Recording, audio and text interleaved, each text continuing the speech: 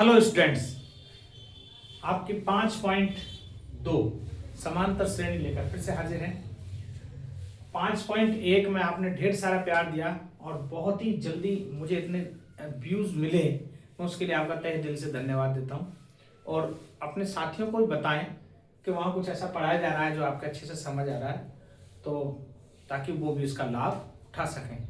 और यदि आपको वीडियो अच्छी लगती है तो आप लाइक भी कर सकते हो। सब्सक्राइब के लिए फिर भी नहीं मैं बोल रहा हूँ, आपको बहुत ज़्यादा अच्छी लगे तो सब्सक्राइब करना, वरना आपका काम केवल और केवल पढ़ने का है। केवल आप पढ़ाई करें। यदि इस पढ़ाई से या मेरे पढ़ाने से आपके 1-2 नंबर भी एक्स्ट्रा आगे, मैं समझ लूंगा मेरी मेहनत सफल रही। तो हम चलो आगे की तरफ बढ़ते हैं। यहां क्या पढ़ेंगे हम? एनवां पद। दूसरा जो चैप्टर है वो है एनवां पद। ये क्या होता है जरा? तो एनवां पद मैंने आपको बताया था, दूसरे पद को A2 लिखते हैं, तीसरे पद को A3 लिखते हैं, चौथे पद को A4 लिखते हैं। तो एनवें पद को क्या लिखेंगे? AN। तो एनवां पद होता है AN। अब हमें ये एनवां पद ज्ञात कैसे करना है, कैसे ज्ञात करें एनवां पद, वो मैं बताने जा रहा हूं। तो आप समझे पहले, मान लो पहला पद है A, ठीक है, और कोई श्रेणी का सार्वंतर दिया हुआ, ये प्रथम पद है A, और किसी समांतर श्रेणी का सार्वंतर है B। अब हम समांतर श्रेणी पहचानना नहीं सीखेंगे, क्योंकि समांतर श्रेणी तो अब हम पहचान चुके हैं। अब जो बुक में दिया हुआ आएगा पूरी समांतर श्रेणी दी हुई आएगी। तो अब हमें क्या ज्ञात करना? उसका एनवां पद ज्ञात करना। एनवां पद मतलब आप देखोगे श्रेणी में तो ज्यादा से ज्यादा 4, 5, 6 पद होंगे ज्यादा से ज्यादा। और मान लो पूछ लिया जाए 50वें पद ज्ञात करो, तो 50वें पद में क्या हम ऐसे जोड़ते जोड़ते जाएंगे क्या? डी। जैसे दूसरा पद निकाले हम A2। दूसरा पद कैसे निकालते हो आप? मैंने क्या बताया? दूसरा पद इसको कैसे लिखते हैं? A2 लिखते हैं। तो A में D को ऐड कर दिया जाए, सार्वंतर ऐड कर दें, तो दूसरा पद आ जाता है। पता? ऐसे तीसरा पद कैसे निकालेंगे? तीसरा पद A3, दूसरे पद में D जोड़ दें, तो दूसरा पद क्या है? A+D। क्या मैं A2 की जगह A+D लिख सकता हूं? और फिर D और है, इस A2 की जगह तो A+D लिख दिया, फिर D और है, इसका मतलब इसका क्या मान बनेगा? A+2D। ऐसा बना। अब हम चौथा पद निकालें भी। चौथा पद जिसको A4 बोलेंगे।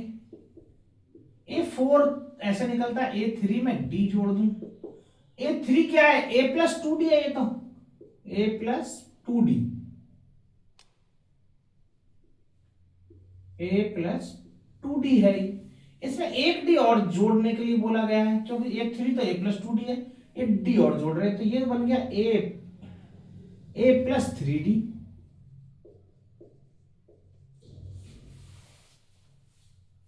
ऐसे ही पांचवा पद बोलेंगे तो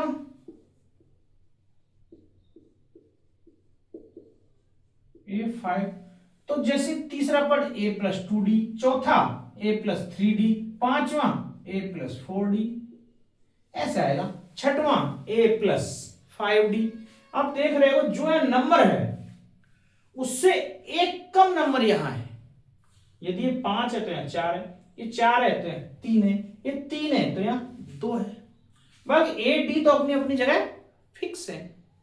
तो यहीं से यदि मैं एनवां पद निकालूं n, तो A तो वहीं की वहीं रहेगा, प्लस ये इससे एक कम है, इसका मतलब n से एक कम आएगा, n-1, एक कम कर दो, इंटू D। यही हमारा एनवां पद होगा।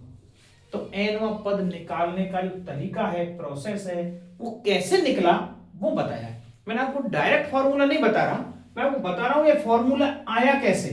तो अब हम एनवां पद, इसका फॉर्मूला लिख सकते हैं A+n-1 इंटू D। ये हमारा एनवां पद होता है। बोलो, बात समझ बैठेगी? कैसे आया वो भी मैंने बता दिया।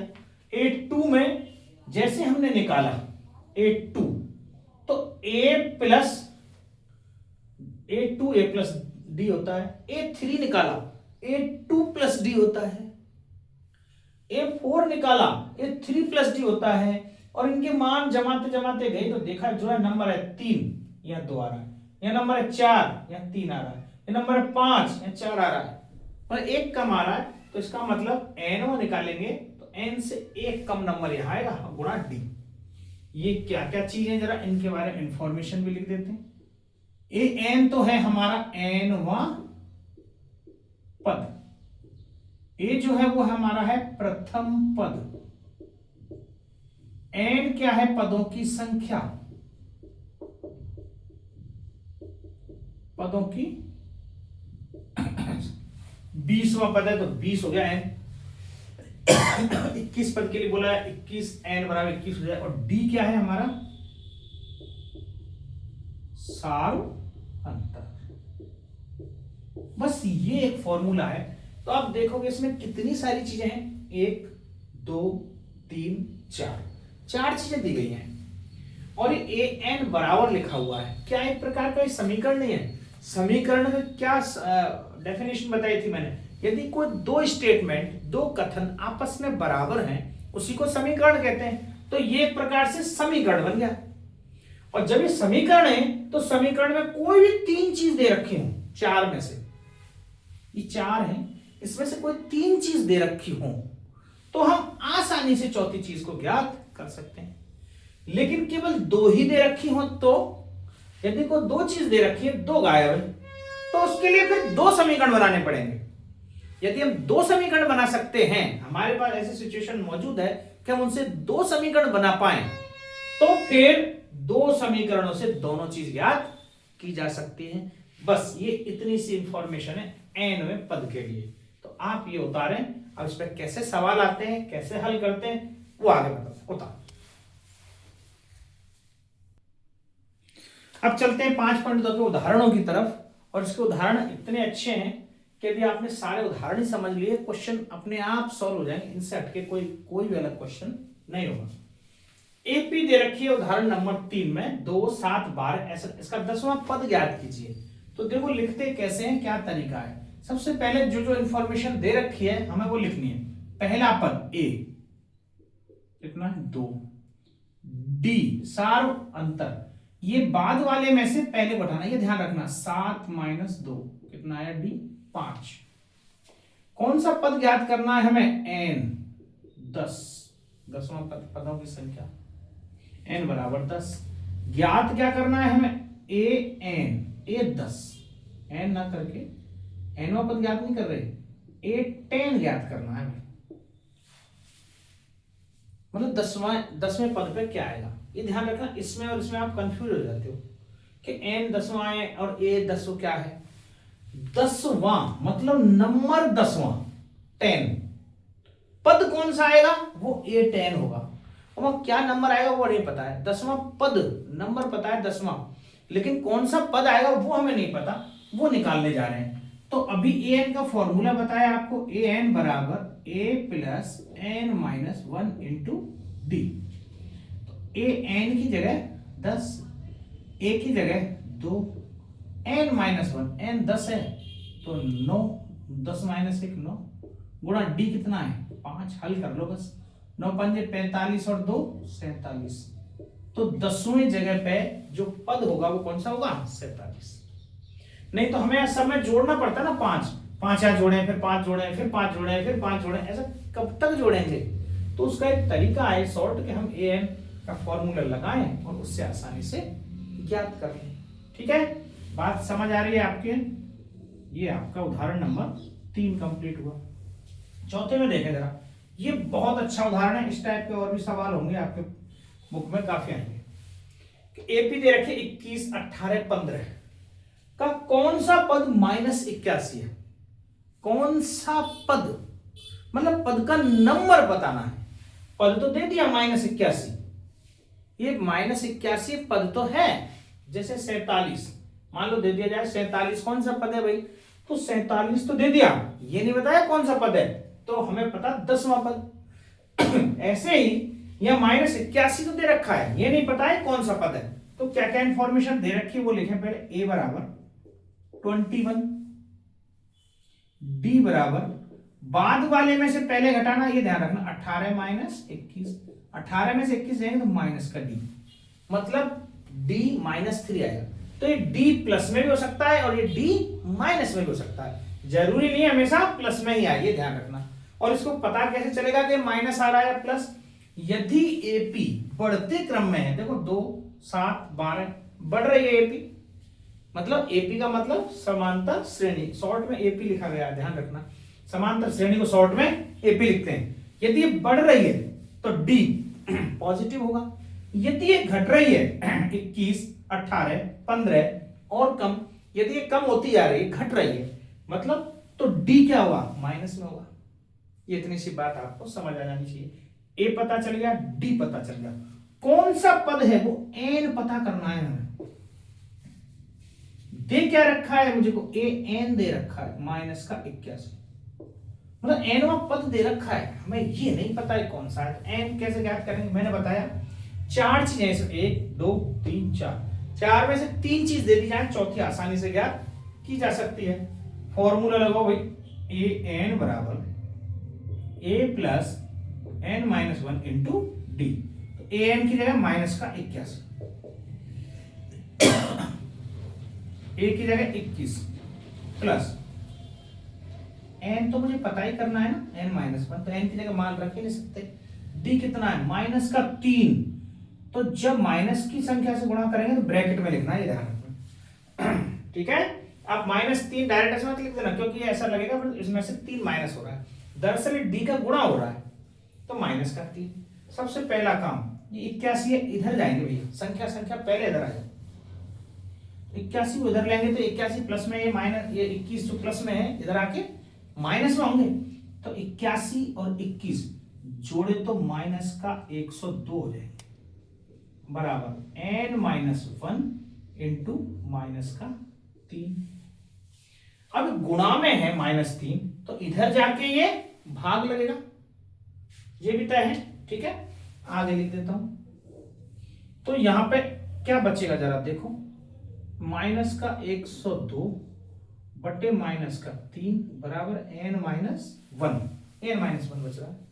तो -3 का भाग लगाओ, ये माइनस से माइनस कट गया, 3 3 9, एक बचेगा, 3 चौके 12, n-1, ये n-1 आया है, मुझे तो n चाहिए, -1 इधर आ जाएगा, ये हो जाएगा 34 की जगह 35, क्योंकि इधर आके ये ऐड हो जाएगा, तो n बराबर 35, इसका मतलब 35वां पद है ये, जो -81 है। बोलो बात समझ आई? हमने क्या किया था, जो इंफॉर्मेशन दे रखी थी, पहला पद, इसका सारवंतर निकाल लिया, जो पद दे रखा है वो लिख लिया, हमें ये ज्ञात करना था कौन सा पद है, तो n ज्ञात करना था। n ज्ञात करने का फॉर्मूले में रखते चले गए, छोटी सी कैलकुलेशन है, बस इधर उधर लाना, ये तो आप सीख गए होंगे, ये प्लस का इधर आएगा तो माइनस का हो जाएगा, ये गुणा में है तो गुणा में जब पक्षांतर करते तो भाग में लगता है, ये भाग लग गया, बस गुणा भाग कर लिए, हल। एक और पूछा साथ ही क्या ये इस एपी का कोई पद शून्य है, ऐसा पूछा है, क्या इस एपी में पद कोई शून्य भी है क्या? ये घटते जा रहे हैं, कि हो सकता है कि इसमें 0 आ जाए, ये 0 नहीं आए, 0 से बाहर चला जाए, हमें पता करना है 0 है कि नहीं।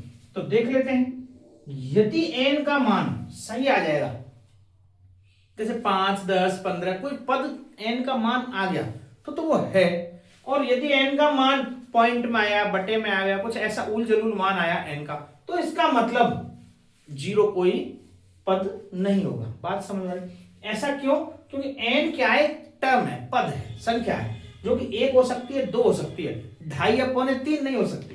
पहला पद हो सकता है, दूसरा पद हो सकता है, 1.5वां कोई पद नहीं होगा, 2.5वां कोई पद नहीं होगा, सीधा 2 के बाद तीसरा पद होगा, ठीक है।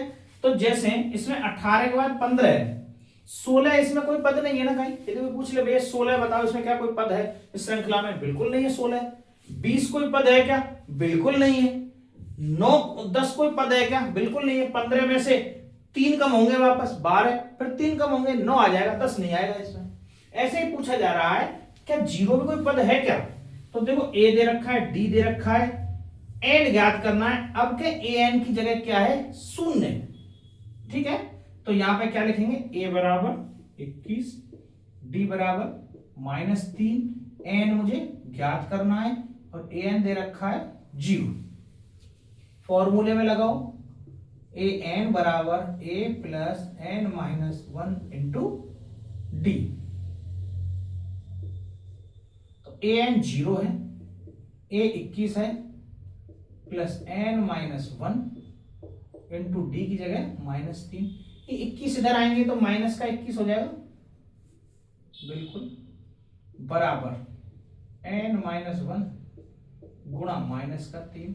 अब -3 इधर आएगा तो भाग लगेगा, जैसे यहां लगाया तो यहां से डायरेक्ट काट सकते हैं। 3 सत्ते 21, 7 बराबर n -1, क्योंकि माइनस से माइनस कट जाएगा, 3 सत्ते 21, तो n -1 7 है, तो -1 इधर आएगा तो 8।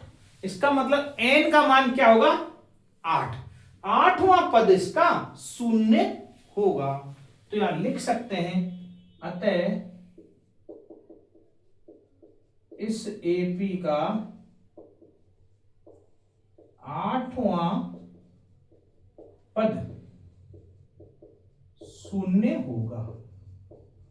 8वां पद इसका शून्य होगा। ये आपका एग्जाम्पल नंबर 4, बहुत बढ़िया एग्जाम्पल है, उतारे तीसरा और चौथा। अब ये 5वां और 6वां उदाहरण देखें, ये बहुत अच्छे उदाहरण है। देखो, वह एपी निर्धारित कीजिए जिसका तीसरा पद 5 तथा 7वां पद 9 है। मतलब 2 पद दे रखे हैं, तीसरा पद और 7वां। एक तो A3 दिया हुआ है, तीसरा पद 5, एक 7, 7वां पद A7 9। 3 को ऐसे ही लिखेंगे A3, 9 पद को 7वें पद को ऐसे लिखेंगे A7 बराबर 9, ऐसा दिया हुआ, 2 पद दे रखे हैं। तो हमें एपी बताना है। एपी के लिए कोई भी एपी ज्ञात करें तो हमें पहले तो प्रथम पद चाहिए और उसका सारवंतर चाहिए। यदि हम प्रथम पद और सारवंतर निकाल पाए तो पूरी एपी बना सकते हैं। वो कैसे बनेगी जरा देखें। तो जब भी 2 पद दिए हुए आएंगे, अब ये याद रख लेना, जब भी 2 पद दे रखे होंगे उनसे हम कोई भी पद ज्ञात कर सकते हैं। कैसे ज्ञात करेंगे, तीसरे पद को कैसे लिखा जाएगा अभी बताया। तीसरा पद a plus n -1 into t, तो ये तीसरा है तो इसको लिख सकता हूं a plus 2d।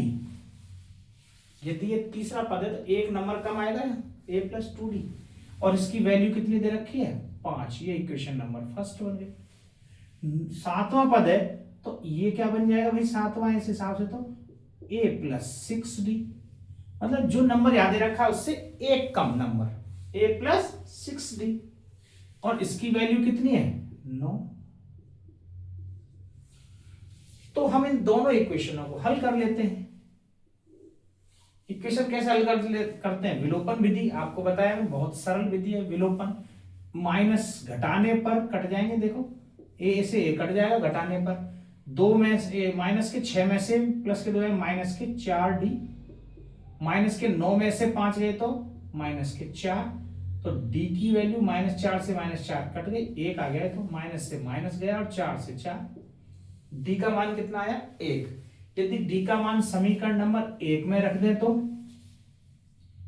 a plus 2d बराबर 5, तो a प्लस 2d, d का मान तो 1 है, 2 बराबर 5, तो 2 उधर चला जाएगा, a की वैल्यू क्या निकल के आ जाएगी 3, तो मेरे पास a का मान आ गया, मेरे पास d का मान आ गया। अब जब a और d आ गए तो फिर आप कितनी भी बड़ी श्रेणी बना सकते हो। तो प्रथम पद क्या है AP, प्रथम पद तो है 3, सारवंतर क्या है 1, मतलब 1 प्लस का तो ऐड हो जाएगा, यदि माइनस का होता तो घट जाता, तो 3, दूसरा पद 4, एक एक ऐड करना है 5 6 7 8 9, ऐसे डॉट डॉट डॉट चलता चला जाएगा। क्या इसको चेक कर सकते हैं हम सही है कि नहीं, बिल्कुल कर सकते हैं। तीसरा पद 5 है, 1 2 3, तीसरा पद 5 है। 7वां पद 9 है, 1 2 3 4 5 6 7, 7वां पद 9 है। इसका मतलब हमारी एपी सही है। इसको देखें जरा 6वें को, क्या संख्याओं की सूची में 5, 11, 17, 23 में कोई पद 301 है? यदि नहीं है या है तो क्यों, कारण बताओ। ये और बताओ। तो देख लो वही चीज अभी जस्ट पहला किया था, क्या कोई पद -81 है या कोई पद 0 है, हमने किया था। सेम उसी टाइप का सवाल था। देखें जरा क्या क्या इंफॉर्मेशन दे रखी है। ये 5 ए बराबर प्रथम पद 5 है, ये तो एपी है। देख लो एपी है कि नहीं। 11 में से 5 ये तो 6, 17 में से 11 ये तो 6, 23 में से तो ये तो एपी दी हुई आएगी। तो इसका मतलब ए बराबर तो 5 और डी बराबर 11 - 5 अर्थात ए और डी हमें पता चल गया। एन कौन सा पद है ये नहीं पता भाई, लेकिन ये पता है एन कोई पद वो कह रहा है 301 है या नहीं है, हमने तो मान लिया है। अब यदि इसका एन का मान मैंने बताया ना, कोई धनात्मक पूर्णांक आता है, ध्यान रखना पूर्णांक पूरा अंक आएगा तो एन कोई ये पद होगा। यदि धनात्मक पूर्णांक नहीं आया तो नहीं होगा। निकाल लेते हैं ए एन बराबर A plus N minus 1 into D. तो ए एन तो है 301, ए है 5, एन माइनस 1 डी है 6 गुणा 6 लिख दिया। 5 पहले इधर लाओ, 301 में से 5 गए तो 296 और 5 301 हो जाएंगे, क्योंकि इधर आके घटेगा एक सही बराबर n माइनस 1 गुणा 6। तो क्या अपन 6 का गुणा ही कर देते हैं, 6 से भाग भी लगा सकते हैं पहले इसमें, है ना। तो चलो वो तरीका हमने बताया है आपको, डायरेक्ट भाग ही लगाओ, बटे 6 कर दो। इस 6 को इधर ले आया मैंने, बटे 6। क्या ये 6 से कट रहा है, बाद की बात देखेंगे। आप -1 भी तो जुगाड़ है, 6 से कट ही नहीं रहा हो। 6 सत्ते 6 पंग 30, 6 चौके 24, बचेंगे 5, फिर हो जाएंगे 56। ये कट ही नहीं रहा है, तो देखें 6 चौके 24, बचेंगे कितने 5, 56 हो गए। तो 6 48, 6 सत्ते 6 नाम 54, 6 नाम 54 पॉइंट 2 बचेगा। तो 2 बचेगा 20, 36 18, 36 18 49.33 n माइनस 1। इसको एक को और इधर जोड़ दो 50.33। ये माइनस का एक था इधर आ गया। n का मान क्या रहा है इसमें 50.33।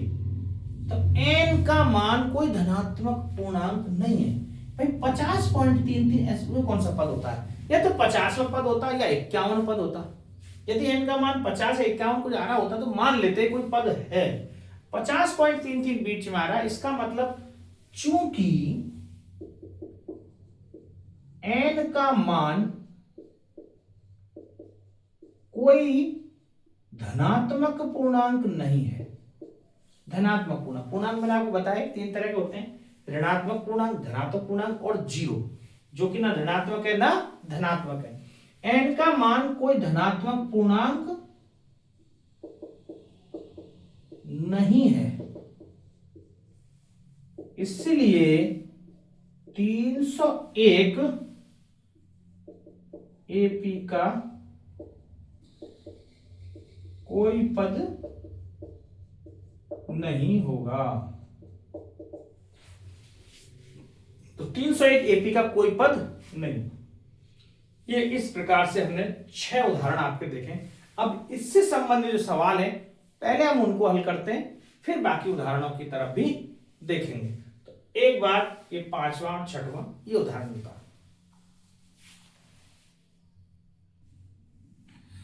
ये 5.2 का पहला सवाल देखें। ऐसी कोई सारणी बनी हुई है, इसमें ए डी एन और एन दे रखे हैं। इनमें से कोई 3 इंफॉर्मेशन है, चौथी पे डैश डैश लगा हुआ, मतलब 3 बातें दे रखी है, चौथी याद करनी है। जो हम पहले उदाहरण में सब कुछ सीख चुके हैं कि 4 में से कोई 3 बात दे रखी हो तो हम चौथी याद कर सकते हैं। तो जैसे इनमें से कोई भी 1-2 सवाल उठा के मैं आपको जनरली बता सकता हूं, और अपन ऐसे भी करें, बहुत आसान है, कोई खास कठिन नहीं। ए एन ज्ञात करना है, ए दे रखा, डी दे रखा, एन दे रखा है। तो यहाँ ए एन कैसे ज्ञात होगा, A plus N minus 1 into D करेंगे। ए है 7, एन है 8 में से एक गया तो 7, डी है 3, 7 या 21 और 7 28, ये an आ गया। इसमें देखें जरा d ज्ञात करना है, तो d ज्ञात करना है, वही फॉर्मूला भी एक बार लिख दिया मैंने, तो an की जगह 0 लिख दें, a की जगह माइनस का 18 लिखें, प्लस n माइनस 1, n है 10, 10 में से 1 गया तो 9, और d मुझे ज्ञात करना है, तो d की जगह d लिख दें। ध्यान रखना, जो ज्ञात करना है उसकी जगह वही लिख रहे हैं हम, कुछ भी ऐसा। an ज्ञात करना था, an बराबर रहने दिया। अब यहाँ an की जगह 0 है, d ज्ञात करना है, तो जरा इधर 18 को इधर लाएंगे, तो 18 प्लस का आ जाएगा बराबर 9, d बचेगा, 9 से 18 कट रहा है 2 बार, तो d की वैल्यू क्या आ गई 2। तीसरा देखो जरा, इसमें a ज्ञात करना है, तो यहाँ an दे रखा है -5, तो -5 लिख देंगे an वाली जगह। a वाली जगह ज्ञात करना तो इसको a ही रहने देंगे, है ना। फिर यहाँ पे देखो प्लस का साइन है, प्लस n माइनस 1, n कितना है 18, 18 में से 1 गया तो 17, और d कितना है -3, ऐसे नहीं लिख देना, ध्यान रखना, 17 -3 हो जाएंगे, ये गुणा करके गुणा का चिन्ह लगाओ और फिर -3 लिखें, ये ध्यान रखना बस, ठीक है। हमें तो a ज्ञात करना था, तो 17 51 का ये क्या आएंगे -51, ये इधर आ जाए तो प्लस के हो जाएंगे, तो प्लस का 51 माइनस का 5 बराबर a। 51 में से 5 गया तो क्या आएगा, a बराबर 46। बोलो बात समझ बैठ रही है। 17 माइनस के इधर आ जाएंगे तो कितने छोटे छोटे सवाल है ये, बिल्कुल आप चुटकियों में कर सकते हैं, है ना।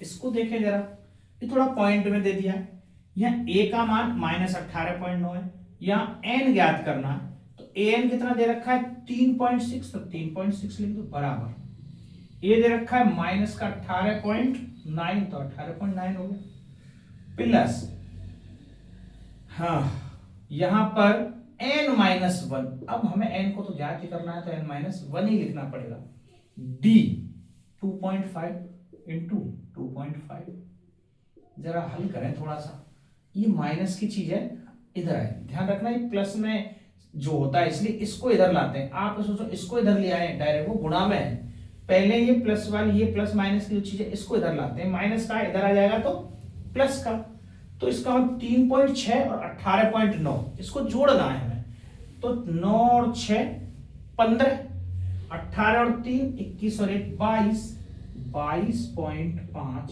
बराबर क्या आएगा n-1 और गुणा 2.5, गुणा क्या आ रहा है 2.5, इसको मैं डायरेक्ट या 2.5 लिख दूं तो ठीक है, क्यों गुणा है, नीचे आएगा तो भाग लगेगा। अब ये 225 है, ये 25 है, एक एक संख्या बाद पॉइंट है, एक जीरो ऊपर बढ़ाएं एक जीरो नीचे बढ़ाएं, पॉइंट खत्म, तो 25 नम्मा 225 होते हैं, और 25 ढाई के 250, 9 बार आ जाएंगे। n-1 यदि 9 है तो n बराबर 10, ये -1 का एक इधर और आ जाएगा, 10 मान आ जाएगा।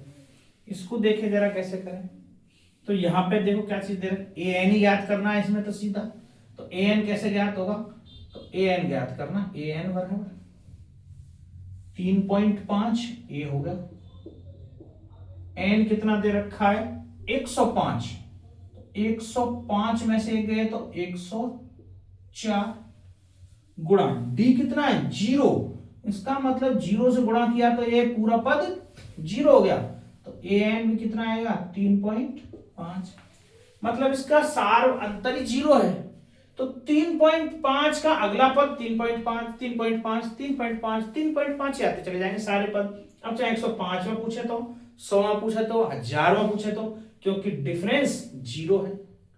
बोलो बात समझ बैठी। तो ये आपका पहला सवाल कंप्लीट था। ये आपका दूसरा सवाल देखें, सब सरल सरल से है, फर्स्ट वाला बिल्कुल सरल था, फिर मैंने करा दिया, आपको छोड़ सकता था, ये भी सरल ही है सवाल, पर ज्यादातर सारे ऐसे हैं। अब धीरे धीरे बढ़ रहे हैं, पूरे सारे क्वेश्चन कराऊंगा, क्योंकि अगर आपको बोर्ड आ रहे हैं तो कोई भी सवाल देखना चाहे इसमें तो ऐसा ना लगे कि नहीं हुआ है, तो आपको सारा कुछ कंटेंट मिल जाएगा। तो आप देखें एपी का 30वां पद ए बराबर 10, डी बराबर 7 में से 10 घटाएंगे भाई, 10 में से 7 नहीं घटाएं, माइनस में 3 आएगा, क्योंकि आप देख रहे हो घटते क्रम में है। एपी यदि घटते क्रम में है तो डी माइनस का आएगा। एन कौन सा पद ज्ञात करवा रहा है, 30वां, और ए एन फाइंड करना है। तो ए एन बराबर A plus N minus 1 into D, ये हमारा फॉर्मूला है। आप बार बार फॉर्मूला लिखते हो तो कोई दिक्कत नहीं है, आप अच्छा रहेगा और बढ़िया रेस्पॉन्स भी मिलेगा। फॉर्मूला हमेशा यूज करके लिखें। तो a plus 10 plus N minus 1, 30 में से एक गया 29 इंटू डी माइनस का 3, 29 गुणा माइनस 3 करते हैं। आप ये मान के चलो 30 है पूरा, और 30 तिया 90, आपको गुणा भी सिखा रहा हूं मैं देखो करने का। 30 तिया 90, यदि 30 होता तो माइनस के 90 हो जाते, 29 है तो 3 कम कर दो, 10 माइनस 87, और 87 में से 10 गए तो माइनस का 77, ये आपका 30वां पद हो जाएगा। ठीक है, माइनस में क्यों आ रहा है, क्योंकि ये घट रहा है इसलिए माइनस में आ रहा है।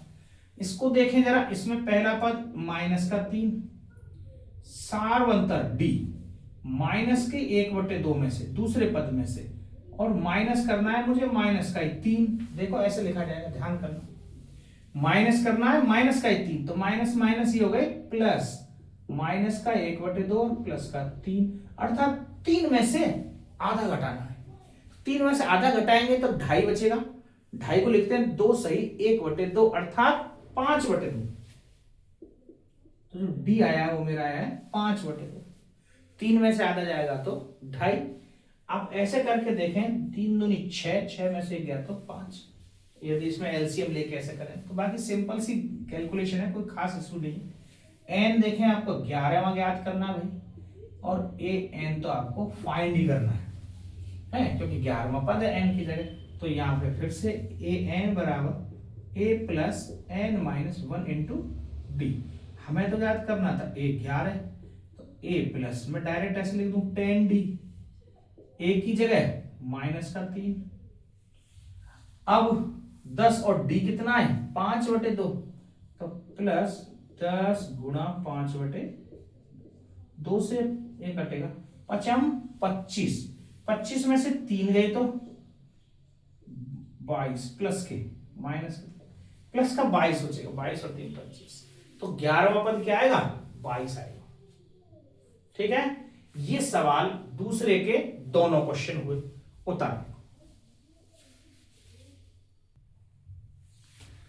देखो ये तीसरा सवाल दिया हुआ है, ऐसे इसमें कुछ निम्नलिखित समांतर श्रेणियों में रिक्त खानों पदों को ज्ञात कीजिए। जो खाना खाली है इनको हमें भरना है, मतलब ये पद ज्ञात करने हैं। जैसे यहाँ पहला पद या तीसरा या दूसरा और तीसरा ज्ञात करना है, दूसरा तीसरा चौथा पांचवा ज्ञात करना है, या पहला तीसरा चौथा पांचवा इसमें दूसरा ज्ञात करना है, बस ऐसे दे रखे। तो इनमें एक चीज आप नोट कर रहे हैं, सब में 2 पद कम से कम होंगे दिए, सब में 2 पद, 1 2 1 2 1 2 1 2 1 2। यदि 2 पद नहीं दिए हुए होंगे तो हम ये कभी ज्ञात नहीं कर सकते इसमें क्या हो। कम से कम 2 पद दिए हुए होने जरूरी है, और जब 2 पद दिए हुए होंगे तो मैंने आपको बता रखा है, एक तरीका बताया, 2 पद यदि कहीं दे रखे तो कैसे ज्ञात कर सकते हैं। लेकिन इसको बताने से पहले आपको एक चीज मैं इंपॉर्टेंट और बताऊंगा जो आपकी बुक में नहीं है, लेकिन मैं आपको एडिशनल जोड़ के बता रहा हूं कि एपी का मध्य पद कैसे निकालते हैं। बहुत इंपॉर्टेंट चीज है, मैं आपको स्टार लगा के ये आप बिल्कुल नोट करना। एपी का मध्य पद, यदि कोई एपी दे रखी है बहुत बड़ी, 10 पदों की, 11 पदों की, 12 पद जो भी दे रखा है, मतलब उनका यदि कोई बीच वाला मिडिल कोई पद निकालना हो हमें तो कैसे निकालेंगे। ठीक है, तो एपी का जो मध्य पद होता है इसका एक फॉर्मूला है, फर्स्ट प्लस लास्ट अपॉन 2, बस ये ध्यान रख लो आप।